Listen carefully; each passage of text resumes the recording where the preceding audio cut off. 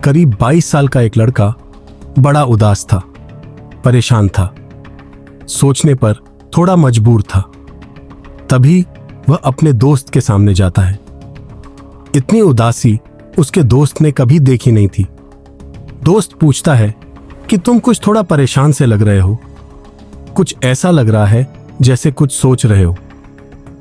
वो कहता है कि मेरी गर्लफ्रेंड ने मुझे बुलाया है मिलने के लिए, समझ नहीं आ रहा है कि जाऊं कि नहीं जाऊं। जब इस तरह की बातें आती है तब उसका दोस्त कहता है कि तुम्हें जाना चाहिए, अगर बुलाया तो कोई बात नहीं है। वो कहता है लेकिन जाने से पहले तुम्हें कुछ प्रोटेक्शन लेने की जरूरत होगी। प्रोटेक्शन यानी कि अगर उस लड़की के साथ तुम्हारे को ऐसे संबंध बनते हैं, कहीं ऐसा ना हो कि वो प्रेग्नेंट हो जाए। साथ ही उसने जब इस तरह की बात की, उसने कहा मैंने तो अपनी जिंदगी में कभी इस तरह की बात की नहीं है। तब वो उसे सलाह मशवरा देता है कि क्यों ना तुम कुछ ऐसी गोलियां लेकर जाओ जिससे क्या तुम्हारे अंदर पावर, ताकत और ज्यादा आ जाए। इस तरह की बात सुनने के बाद उसने कहा मुझे तो कोई जानकारी नहीं है। तभी कुछ जानकारी वो लड़का जुटा आता है। जुटाने के बाद गोलियों का इंतजाम करता है और इंतजाम करने के बाद चला जाता है। लड़की के साथ वक्त बिताने का मौका मिलता है, लेकिन वो नहीं जानता था कि जिस लड़की के साथ वह इस तरह का काम कर रहा है, घिनौना कृत्य कर रहा है। शायद उस लड़की का ये आज आखिरी दिन हो सकता है, क्योंकि जिस लड़की के साथ उसने ये सब किया, उस लड़की की तबीयत इतनी ज्यादा खराब हो जाती है और तबीयत खराब होते ही लड़की की मौत हो जाती है। अब इस लड़की की मौत की सूचना न केवल उस गांव में थी बल्कि आसपास के इलाके में फैल जाती है और जहां जहां तक अखबार, टेलीविजन या फिर सोशल मीडिया के माध्यम से लोगों को पता चलती है, तो लोगों को यकीन नहीं हो रहा था कि वह 20 साल का वह लड़का आखिरकार इतना घिनौना कृत्य कैसे कर सकता है। आज की कहानी यह कई संदेश भी देगी और यह बताएगी भी कि कुछ भी करने से पहले हजारों बार सोचने की जरूरत है कि आप क्या करने जा रहे हैं और क्या नहीं करने जा रहे हैं। आदाब, नमस्कार, सत श्री अकाल। मैं पवन कुमार। आज की जो सच्ची घटना मैं आपको सुनाने जा रहा हूँ, ये सच्ची घटना है उत्तर प्रदेश के जिला कानपुर की कानपुर शहर का एक थाना लगता है शिवराजपुर, और बात कर रहा हूँ 14 दिसंबर 2024 की सुबह के आसपास का वक्त रहा होगा। 7 बजे या 8 बजे होंगे। परिवार के लोग एक शादी समारोह से वापस लौटकर जब घर पर आते हैं तो अपनी ही बेटी को बार बार आवाज लगा रहे थे, लेकिन बेटी की तरफ से कोई रिस्पांस नहीं आ रहा था। इसलिए घर वाले थोड़े परेशान हो जाते हैं। आखिरकार घर के हर हिस्से को देखते हैं, तभी उनकी नजर पहुंचती है बेड पर। वहां जाकर देखते हैं तो बेटी बेड पर लेटी हुई थी, लेकिन उसके तन पर एक भी कपड़ा नहीं था।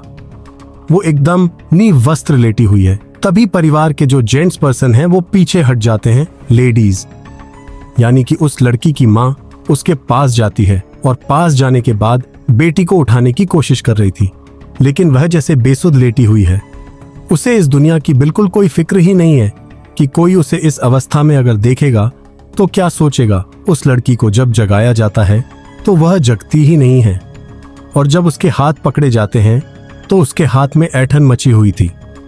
यानी कि उसका जो शरीर था, जिस अवस्था में पड़ा हुआ था, ठीक वैसी ही स्थिति उसके शरीर की बन जाती है। हाथ हिलाओ तो हाथ ना हिले, पैर हिलाओ तो पैर ना हिले, क्योंकि जिस जगह जैसे वह लेटी हुई थी वैसे ही उसका शरीर पूरी तरह से अकड़ चुका था। वैसे भी बताया जाता है कि अगर कोई इंसान मर जाए या खत्म हो जाए तो लगभग 8 घंटे के बाद उसका शरीर जिस अवस्था में, जैसी स्थिति में पड़ा हुआ होता है, ठीक वैसी ही स्थिति हो जाती है। परिवार की इस बेटी को देखने के बाद हर किसी की आंखें खुली की खुली रह जाती हैं। सोचने पर मजबूर हो जाते हैं। माँ भी रोने लगती है, परिवार के बाकी लोग भी रोने लगते हैं, और इस रोने पीटने की आवाजें जो आसपास के घर थे वहां तक भी सूचना पहुंच जाती है। तभी लोग इस रोने की आवाज सुनने के बाद मौके पर पहुंचते हैं। तभी उस लड़की को किसी चादर से, किसी चीज से ढक दिया जाता है, और इसी बीच में कोई व्यक्ति पुलिस को फोन कर देता है। पुलिस को जैसे ही सूचना मिलती है कि यहाँ पर इस तरह की कोई घटना हो चुकी है, क्योंकि परिवार के लोगों को भी लग रहा था कि यह घटना कोई सामान्य घटना नहीं है, जरूर कुछ ना कुछ हुआ है। बेटी नग्न अवस्था में क्यों पड़ी हुई है? परिवार के सदस्य, ज्यादातर लोग सब के सब शादी समारोह में गए थे। आखिरकार कपड़े इसके किसने उतारे होंगे। तभी इसी स्थिति को जानने के लिए आखिरकार पुलिस मौके पर पहुंचती है। पुलिस आने के बाद फॉरेंसिक टीम पुलिस जब इस मामले की जांच पड़ताल में जुड़ जाते हैं, उस लड़की के जो लाश होती है उसे कब्जे में लेते हैं। यह लड़की 12वीं क्लास की छात्रा होती है। उम्र लगभग उसकी 17 साल के आसपास होती है।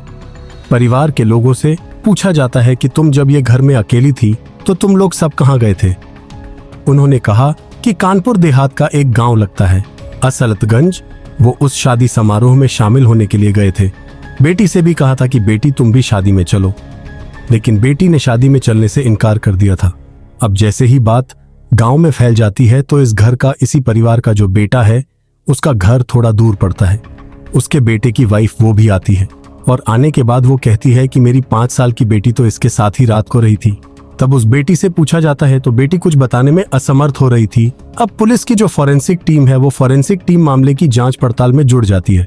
घर के हर एक छोटे से छोटे हिस्से को तलाशा जाता है, ये देखने के लिए कहीं कुछ ऐसी चीज मिले जिससे कि ये पता चल सके कि आखिरकार इस लड़की के साथ कुछ गलत जो हुआ है, ये किसने किया है और क्यों किया है। तभी पुलिस को एक रैपर मिलता है और उस रैपर की जांच पड़ताल की जाती है तो पता चलता है कि वो रैपर एक गोलियों का रैपर है और उसमें जो गोलियां आती हैं वो किसी भी व्यक्ति की सेक्स पावर को बढ़ाने के काम आती हैं। इस तरह की गोलियां पुलिस वालों को बड़ा आश्चर्य होता है और जब घर परिवार के लोगों से बातचीत की जाती है तो इनसे पूछा जाता है कि तुम्हारी लड़की का किससे मेल मिलाप है, किससे बात करती है, क्या यहाँ कोई जबरदस्ती आ सकता है, क्योंकि अब उस लड़की की लाश को कब्जे में लेकर जो पोस्टमार्टम के लिए भेजा गया था तो उसे देखकर भी नहीं लग रहा था जैसे उसके साथ किसी ने जबरदस्ती की है, जैसे उसे किसी ने मारा है, पीटा है, कुछ भी इस तरह का फोर्सफुल इसका काम किया है। तो ऐसी स्थिति में पुलिस ने जब और जांच पड़ताल करना शुरू किया तो वहां पर कुछ आपत्तिजनक सामान, जो प्रोटेक्शन जिसे बोलते हैं, प्रोटेक्शन जो आपत्तिजनक सामान था, उसको देखने के बाद अब पुलिस को लग जाता है कहीं ना कहीं कि इस लड़की के साथ जरूर गलत काम हुआ है, गंदा घिनौना कृत्य हुआ है। 5 साल की बच्ची से जब पूछा जाता है प्यार से, दुलार से कि बेटा तुमने किसी को आते जाते देखा है, तब उसने कहा था कि हाँ मैंने एक लड़के को देखा है। 5 साल की वो बच्ची बता देती है कि वह लड़के कौन है, कहां से आया है, इसके बारे में कोई जानकारी नहीं थी। तभी पुलिस उस लड़की का जो मोबाइल नंबर होता है, उस परिवार के नंबर को कॉल लगाया जाता है।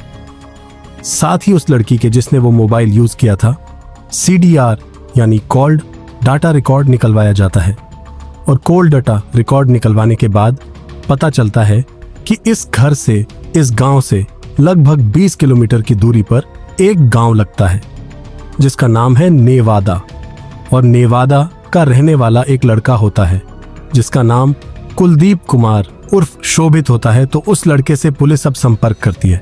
पुलिस उसको पूछताछ के लिए हिरासत में लेती है।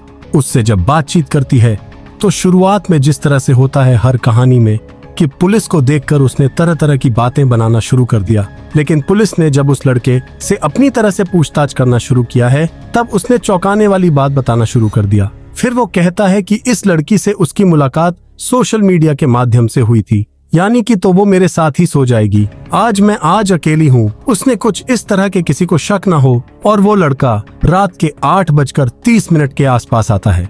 कुलदीप कुमार आने के बाद उस लड़की के साथ वह संबंध बनाने के लिए जो पहले से उसके दिमाग में खुरापाती चल रही थी, उसने गोलियां खाता है, प्रोटेक्शन लेता है और उसके बाद उसके साथ वो शारीरिक संबंध बना रहा था। लगभग 8:30 से कहानी शुरू होती है और सुबह के लगभग 6 बजे का वक्त हो जाता है। लेकिन इस 7 घंटे के अंतराल में उस लड़की के पर कोई कपड़े नहीं थे। हालांकि इस बीच में उस लड़की को ठंड जरूर लगी थी। जब ठंड लगी तो चूल्हे पर आग जलाई जाती है ताकि उसे तपाया जा सके, लेकिन इसके बावजूद भी उसने उसको कपड़े नहीं पहनने दिए और उसके साथ वह ऐसे ही गंदा और घिनौना कृत्य है। उन गोलियों के असर की वजह से काफी देर तक ऐसे ही करता रहा और कब ना जाने उस लड़की की तबीयत इतनी ज्यादा खराब हो जाती है, लड़का समझ नहीं पाता। वो लड़की बेड पर लेट जाती है। वो शायद उसने आराम करने की कोशिश की होगी, कुछ भी बोला होगा, लेकिन वो लड़का यह समझ नहीं पा रहा था कि आखिरकार मैं करूं तो क्या करूं, कैसे इसे राहत दूं। क्या किसी को आसपास के लोगों को बुलाया जाए या फिर कोई भी मदद मांगी जाए?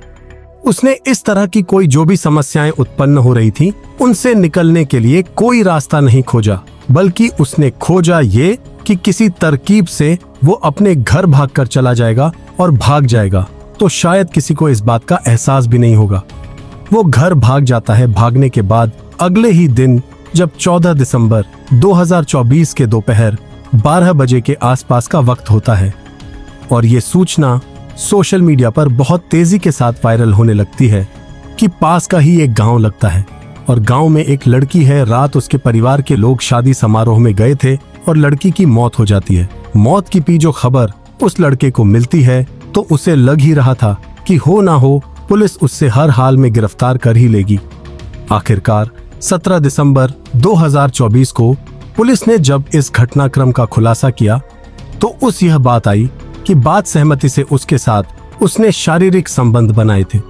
2 बार संबंध बनाए थे, इसलिए इसमें कुछ होना नहीं चाहिए। लेकिन वह नहीं जानता था कि पुलिस इस मामले में जो बयान देती है वो वाकई बड़ा शानदार बयान देती है। भले ही यह सहमति से था, लेकिन लड़की की उम्र नाबालिग थी, यानी कि उसकी 18 साल अभी उम्र कंप्लीट नहीं हुई थी।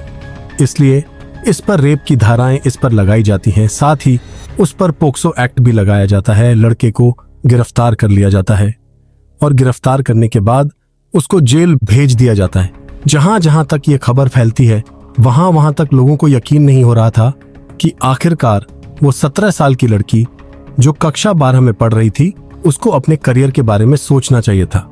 वो कहां इस सोशल मीडिया के झमेले में पड़ने के बाद एक लड़के से दोस्ती कर बैठती है, और दोस्ती भी कुछ इस तरह की जब घर में घर कोई नहीं होगा उस वक्त वो किसी को अपने पास बुलाएगी और उसके साथ इस तरह से जो भी होगा, जो होता है वो वाकई वो भयानक होता है। और दोस्तों, इस पूरे घटनाक्रम को सुनाने का उद्देश्य किसी को परेशान करना नहीं है, किसी का दिल दुखाना नहीं है, बल्कि आपको जागरूक करना है, आपको सचेत करना है, आपको बताना है, आपको जताना है कि यदि किसी भी इंसान को इस तरह की अगर छूट भी मिलती है, परिवार के लोग कहीं भी आते हैं जाते हैं, तो कम से कम अपने माँ बाप, भाई बहन, परिवार के किसी भी सदस्य का इस तरह से विश्वास नहीं तोड़ना चाहिए। यदि उस लड़की ने जो कि किया वो वाकई भयानक था, लेकिन जो लड़के ने किया उससे भी ज्यादा भयानक था। अब शायद उसकी पूरी जिंदगी सलाखों के पीछे गुजरेगी।